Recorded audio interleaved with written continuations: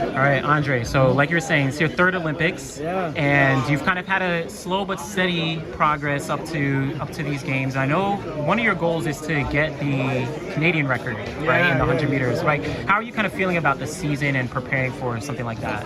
Yeah, I mean, every season has its challenges. I mean, it's crazy to think back, like even like when I won my last couple of medals, it wasn't even like the greatest season, right? So I think I always keep that in the back of my mind that no matter how the season's going, it doesn't matter. You know, you got to do it on that day, and that's all I think about, right? So I think leading up to it, I had a great camp in Italy.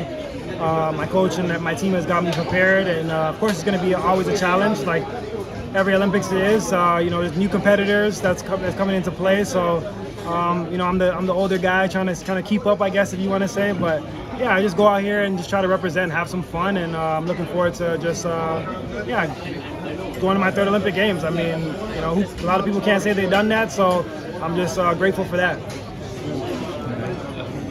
I was talking to Marcel earlier about how in April World Athletics said, hey, we're going to pay gold medalists starting with this Olympics for $50,000. And then in LA, it'll be silver and bronze medalists as well. They're the first federation that's ever decided to do that. Actually, IOC's not happy about that. Oh, really? But I'm curious, like Marcel said, of course, we love it as the athletes, the medal contenders such as yourself. But he said it's really maybe just the first step. Like, are there other ways you think World Athletics can push funding to help athletes or the development or just your athletes' livelihoods beyond just the gold medalists? Yeah, I mean, I think it's definitely, I mean, you know, we've lost a lot of money in this sport probably. I mean, I always hear about the old days with the other guys, and they always say, hey, we had the Golden League, we had this, we're making this. And it's like, you know, what happened? Like, what happened in those years, right? Like, why can't we get back to that? So I think that, of course, that's a starting step to, like, you know, get some more money. And now we have, I think, this new league coming out next year, Grand Slam. I think it's called Grand Slam League. And then the Ultimate Championship, I think they're trying to do in 2026. So I think it's a good step, right? All these things are happening. And I think that there obviously is more money in the sport, and you just got to figure out how to find it or where it's going, right? And make sure that it's actually going to the athletes, right? So, definitely, I mean, like you said, it's a step in the right direction, and I guess we're just like Marcel said, we're just happy that it's going that way. Yeah. You brought up Grand Slam. I mean, I was talking to Jaden earlier about how Grand Slam will not have field events, and obviously field event athletes are not happy about that. Yeah. I mean, as someone who would stand to benefit from that, like, what do you feel about sort of track events getting? They've always had most of the spotlight, but now in different ways than usual, where there are track-only events. How does that sit with you? Yeah, I mean, I think it's going to be biased, right? Of course, I'm a track athlete, right? So of course we want to get more money, right? But I think it's like, we got to obviously find a way for the field events to make money as well. And if it's a thing, maybe it's a thing where, you know, we have to split it up. Maybe track has to do this and field has to do that. But as long as I think both parties can get the best out of it, I think that's the main objective. And I don't know how. I don't know if it has to split up or if it can be together.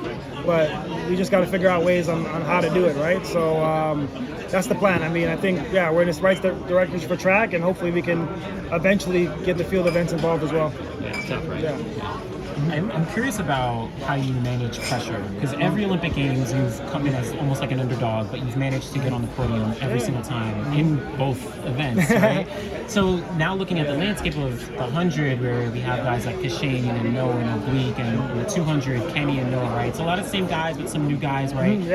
How do you kind of handle maybe some external pressure that's like, okay, Andre, can you perform next time? Yeah, I mean, I don't even think about that, to be honest. I mean, like, it's crazy. Like I have like a whole country behind me that believes I could win gold. Like the rest of the world can believe whatever they want, but when I have a whole country behind me that believes that I can win, that's all I need, man. Like that's 30 million people right there. So, I mean, I get all the messages on social media.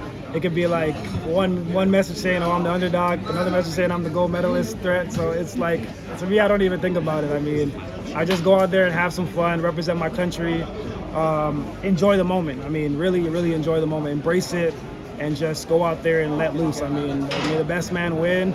You have to do it on that day. I mean, I know I'm not probably the most consistent runner. I mean, I've had, you know, a couple injuries here and there, and I try to be more consistent, and that's probably why some people might think I'm the underdog. But I know when I get to the games, my coach and my sports staff will have me ready, and I just go out there and be confident and remember who I am. Thank you so much for your time. Yeah, thank you. We appreciate your time. Thank you.